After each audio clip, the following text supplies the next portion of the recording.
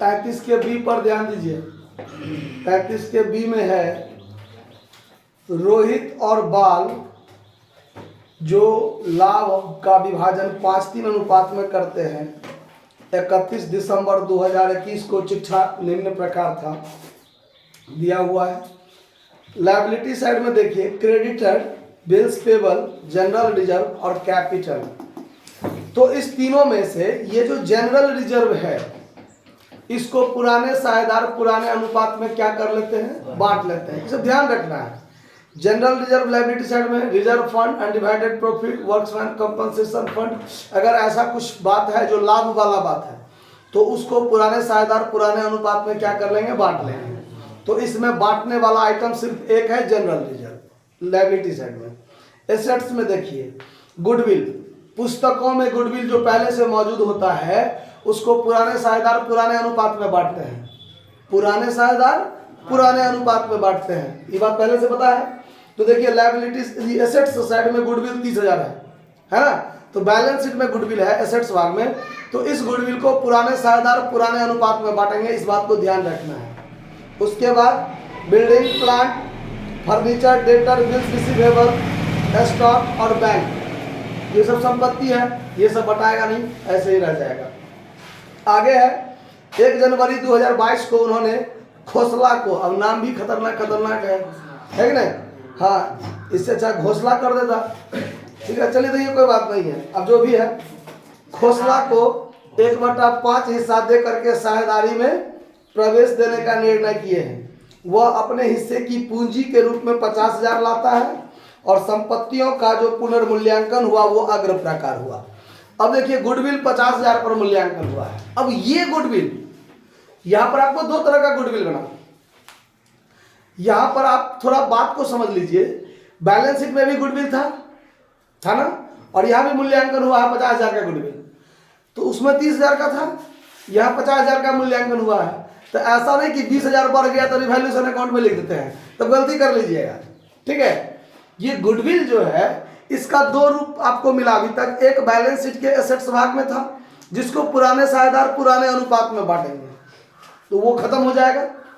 और प्रवेश के समय गुडविल का मूल्यांकन जो किया गया है, इस 50,000 के मूल्यांकन में नया साझेदार अपना हिस्सा, कितना हिस्सा है उसका, 1/5 हिस्सा के लिए प्रवेश हुआ है ना, तो 1/5 हिस्सा के लिए प्रवेश हुआ है, तो 50,000 का 1/5 हिस्सा कितना होगा, 10,000। 50,000 का 1/5 हिस्सा कितना, 10,000। तो वो 10,000 नया साझेदार का जो प्रीमियम का हिस्सा होगा उसके लिए दिया गया है। ये आया बात समझ में। तो उसका हिस्सा 10,000 होगा, वो उसको क्या करना होगा, लाना होगा, ठीक है। अब सवाल में पूंजी लाता है 50,000, ये तो दिया हुआ ना, लेकिन वो ख्याति के लिए नगद ला कर दे रहा है, इस बात का कोई चर्चा सवाल में नहीं है। तो अगर सवाल में नहीं है तो इसका मतलब कि वो साझेदार 10,000 रुपया ख्याति यानी प्रीमियम के लिए नगद में नहीं लाता है। नगद में जब स्पष्ट कह देगा कि वो नगद में लाता है तो मानेंगे नगद में लाता है, समझ आया बात। अगर स्पष्ट नहीं लिखा हुआ है, क्या कीजिएगा, सामने में रोड है तो जाना तो पड़ेगा लोग सबको, आवाज थोड़ा डिस्टर्ब करता है, चलिए कोई बात नहीं।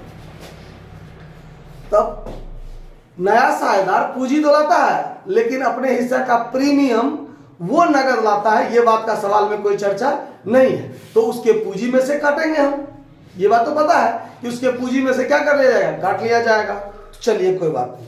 फिर आगे है प्लांट का मूल्यांकन 25,000 पर, देनदार का मूल्यांकन 31,000 पर, स्टॉक का मूल्यांकन 33,500, भवन का 40,000 पर, फर्नीचर 2,000 पर, बिल्स रिसीवेबल जो है वो 12,500 पर, और आपको कहता है जर्नल एंट्री भी बनाइए और आपको कहता है कि पुनर्मूल्यांकन खाता भी बनाइए। इससे ज़्यादा बात आपको नहीं कहा गया है, तो जितना कहा गया उतना ही बनाएंगे।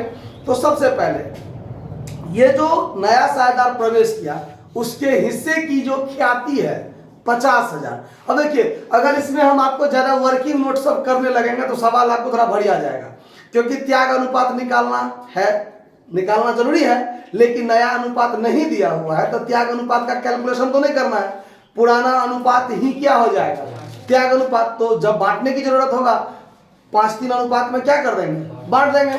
चलिए, तो ज्यादा वर्किंग नोट नहीं करेंगे, लेकिन थोड़ा सा वर्किंग नोट करना पड़ेगा। क्या करना पड़ेगा, तो total goodwill of the firm, total goodwill of the firm 50,000, जो कि मूल्यांकन किया गया है प्रवेश के समय। उसमें जो नया साझेदार है कौन, खोसलाज न्यू शेयर, उसका हिस्सा कितना है, 1/5। तो खोसलाज, अब नामे ऐसा है खतरनाक, तो हम क्या करें बताइए। खोसलाज शेयर इन गुडविल, यानी कि प्रीमियम के लिए, किसके लिए, प्रीमियम के रूप में। तो उसका हिस्सा निकल जाएगा 50,000 गुने 1/5 मतलब 10,000। अब इस 10,000 को सेक्रीफाइस रेशियो में बांटेगा, किस में बांटेगा, सेक्रीफाइस रेशियो में। तो यहां लिख लीजिए सेक्रीफाइस रेशियो बराबर 5:3। तो इस 10,000 को 5:3 में बांटेगा, तो कौन बांटेगा 5:3 अनुपात में, तो पूर्णा साझेदार है रोहित और बाल। रोहित शेयर 10,000 गुने 5/8 और बाल्स शेयर 10,000 गुने 3/8। अब इससे इसको काटिएगा तो 125 पर एगो 0 से कटेगा, 125 1000 होता है। तो ये हो गया, तो 12 36 1 3750, और ये हो जाएगा 12 पंचे 60 3 6350, 6350 नहीं 6250। आया बात समझ में, कोई दिक्कत। अब हम लोग बनाएंगे सीधे journal entry. Journal entry in the books of the firm के पुस्तक में क्या क्या बात के लिए बनेगा, देखिए। नया साझेदार प्रवेश किया तो पूंजी ला रहा है 50,000, ला रहा है पूंजी, cash account DR2 Khosla's capital account, Khosla's capital account 50,000 लाया पूंजी के लिए, ये हो गया। अब ये प्रीमियम के लिए 10,000 नगद में ला रहा है, ऐसा बात चर्चा, उसके पूंजी से कटेगा, तो पूंजी से काट लीजिए। तो खोसलाज कैपिटल अकाउंट DR कितना रुपया से, 10,000 से, और इस 10,000 को ये दोनों आदमी बांट लेगा। तो टू रोहित कैपिटल अकाउंट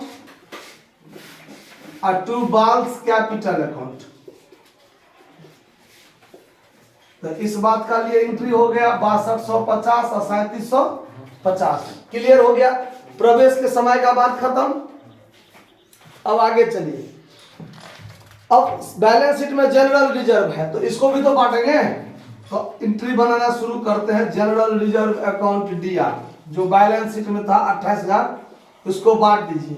कौन कौन था, पूर्णा साझेदार, रोहित कैपिटल अकाउंट और टू बाल्स कैपिटल अकाउंट। अभी ने माथा वाला बाल नहीं समझ आइएगा, ठीक है। 5:3 में बांटना है 28,000 को। तो यहाँ कर दीजिए 28,000 भाग गुने 5 बराबर में, अब भागा कर दीजिए 8। तो 17,500, 17,500 ये होगा, तो ये भी 10,500 हो जाएगा। हो जाएगा नहीं हो जाएगा। अब बैलेंस शीट में है क्या, एसेट्स साइड में गुडविल, तो गुडविल को भी रोहित और बाल बांट लेगा। तो Rohit capital account DR, balance sheet में जब पुस्तकों में ख्याति होता है तो उसका डेबिट शेष होता है, समाप्त करने के लिए क्या करेंगे, क्रेडिट करेंगे, और साझेदार का पूंजी डेबिट होकर क्या हो जाएगा, समाप्त हो जाएगा। तो Rohit capital account DR, Bal's capital account DR, और 2 में हो जाएगा गुडविल, टू गुडविल अकाउंट।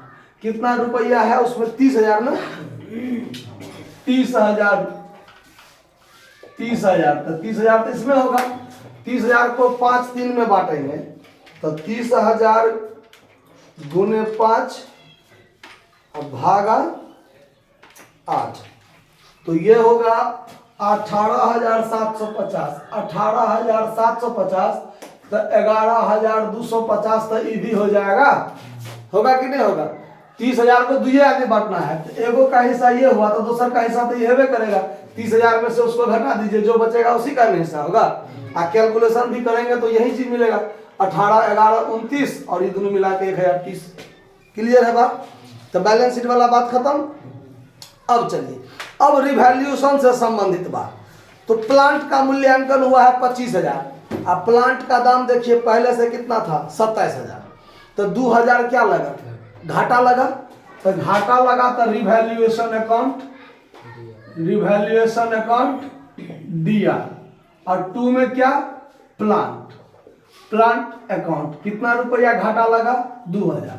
अब देखिए, जितना कोई भी संपत्ति हो, किसी भी संपत्ति के मूल्य में जो कमी होगा तो घटे न होगा, तो रिवैल्यूएशन तो डीआर होगा ही। तो हम एक ही बार डीआर किए हैं, आगे देख लेते हैं कि किसी और संपत्ति में कहीं कमी तो नहीं हुआ है, तो सबको हम एक ही एंट्री में एडजस्ट कर देंगे। तो प्लांट का मूल्य 2,000 से घटा था, देनदार 31,000। देनदार कितना है देखिए, 32,500, देनदार 32,500, अब 31,000 तो 1,500 इसमें भी घटा। तो यहां लिख दीजिए टू डेटर, यानी डेटर से मेरा घट गया, या रिजर्व फॉर डेटफॉल, या बैड डेट्स, या बैड डेट्स, जो कुछ भी लिख दीजिए, क्योंकि डेटर ही घटेगा उससे 1,500। ठीक है। उसके बाद और देखिए, रहतिया 32,500 हो गया, रहतिया कितना था इसमें वो देखिए 22,500, तो इसमें तो 10,000 बढ़ गया। तो इसके लिए अलग एंट्री बनेगा। इसके लिए क्या बनेगा, stock account DR to revaluation account. देखिए, तो स्टॉक के मूल्य में कितना था, स्टॉक था आपको 32,500 हो गया, पहले 22,000 था। तो स्टॉक के मूल्य, स्टॉक 22,500 था, 32,500 हो गया, 10,000 बढ़ गया ना। तो स्टॉक के मूल्य में 10,000 बढ़ गया। अब देखिए, अब रिवैल्यूएशन अकाउंट में यदि फायदा हो तो यहाँ पर टू रिवैल्यूएशन अकाउंट तो लिखेंगे हम 10,000 से। लेकिन और कोई संपत्ति के मूल्य में वृद्धि हुआ हो, किसी संपत्ति के मूल्य में वृद्धि हुआ हो, तो एक ही एंट्री में काम चल जाएगा। तो देखते हैं और क्या हुआ है। सो भवन 40,000 का हो गया, पहले भवन था कितना का, 34,000 का, अब 40,000 हो गया, तो 6,000 बढ़ा ना। तो यहाँ पर बिल्डिंग अकाउंट भी डीआर लिख दीजिए, बिल्डिंग अकाउंट डीआर कितना रुपया, 6,000। और कोई संपत्ति के मूल्य में वृद्धि है, फर्नीचर 2,000 का हो गया, फर्नीचर था कितना, 4,000, तो इसमें तो 2,000 घट गया। तो घट गया तो रिवैल्यूएशन अकाउंट वाला डीआर इसमें एंट्री में एडजस्ट होगा। तो यहीं पर लिख दीजिए टू फर्नीचर अकाउंट, कितना, फर्नीचर कितना, 2,000। घाटा हुआ तो रिवैल्यूएशन डीआर, और 2 में सब संपत्ति। फायदा हुआ तो जिस संपत्ति पर फायदा हुआ सबको डीआर, 2 में रिवैल्यूएशन अकाउंट। तो अगर एक से ज्यादा संपत्ति में कमी है तो एक बार ही रिवैल्यूएशन डीआर कीजिए, सब संपत्ति को एक के बार क्रेडिट कर दीजिए, तो जगह भी बचेगा, टाइम भी बचेगा। और एक से ज्यादा संपत्ति पर यदि वृद्धि हो रहा है तो जिस जिस संपत्ति पर वृद्धि हो रहा है सबको डेबिट कर दीजिए, और 2 में रिवैल्यूएशन अकाउंट एक के बार लिख दीजिए। तो वही काम कर किए हैं हम लोग। बिल्स रिसीवेबल देखिए 12,500 का, अब पहले था बिल्स रिसीवेबल 15,000, तो 2,500 घट गया ना। तो यहीं पर लिख दीजिए टू बिल्स रिसीवेबल अकाउंट, कितना रुपया, 2,500, बस हो गया, सब संपत्ति का मूल्यांकन हो गया। तो देखिए 2 ही एंट्री में मेरा काम चल गया ना। इस दोनों में फायदा था तो रिवैल्यूएशन में फायदा हो गया कितना, 16,000। 4 को संपत्ति पर घाटा था, तो 2, 2, 4, 2, 6, 1, 7, 1, 8, 8,000 रिवैल्यूएशन में क्या हुआ, घाटा हुआ कि नहीं हुआ। अब हमको एक एंट्री फायदा घाटा के लिए जगह बना के रखना है। रिवैल्यूएशन में जो फायदा घाटा होगा तो एक एंट्री तो और बढ़ेगा, और उसके बाद बनाना है रिवैल्यूएशन अकाउंट। तो अब यहां पर बनाते हैं रिवैल्यूएशन अकाउंट। देखिए, तो रिवैल्यूएशन है डीआर में, तो डीआर में चारों बात लिखेंगे ना, तो चारों बात लिख दीजिए। To plant 2,000, to plant 2,000, to debtor debtor के मूल्य में कमी हुआ है 1500। टू फर्नीचर, फर्नीचर के मूल्य में क्या हुआ है 2000 से कमी। और टू बिल्स रिसीवेबल अकाउंट कितना से 2500 से। रिवैल्यूएशन है क्रेडिट में, तो क्रेडिट में लिखेंगे बाय स्टॉक 10,000 और by building, by building account कितना 6,000। तो अब देखिए क्रेडिट साइड ज्यादा हुआ कि डेबिट साइड, तो क्रेडिट साइड ज्यादा है 16,000 है, ये भी 16,000। और डेबिट साइड में तो 8,000 है, तो डेबिट साइड में 8,000 घटा ना, तो ये 8,000 क्या हुआ फायदा। और वो फायदा कौन बांटेगा ओल्ड पार्टनर, तो यहां लिखेंगे to old partner capital account. ये हो गया प्रॉफिट।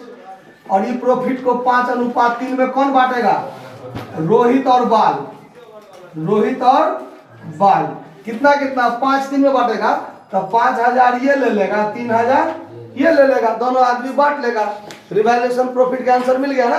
ठीक है, अब एक एंट्री बनेगा क्या, रिवैल्यूएशन पर अगर लाभ होता है तो रिवैल्यूएशन को डेबिट करके समाप्त करना होता है। रिवैल्यूएशन अकाउंट दिया 8,000 और इसको कौन ले लिया रोहित और बाल, तो टू रोहित कैपिटल अकाउंट 5,000 और टू बाल्स कैपिटल अकाउंट 3,000 बांट लिया, बांट कर खत्म कर लिया। सवाल में इससे ज्यादा कुछ नहीं कहता है। अगर कहता पार्टनर्स कैपिटल भी बनाइए, बैलेंस शीट भी बनाइए, तो old partner capital, new partners capital, तब बैलेंस शीट तो और होता, एक बोर्ड में तब खत्म नहीं होता।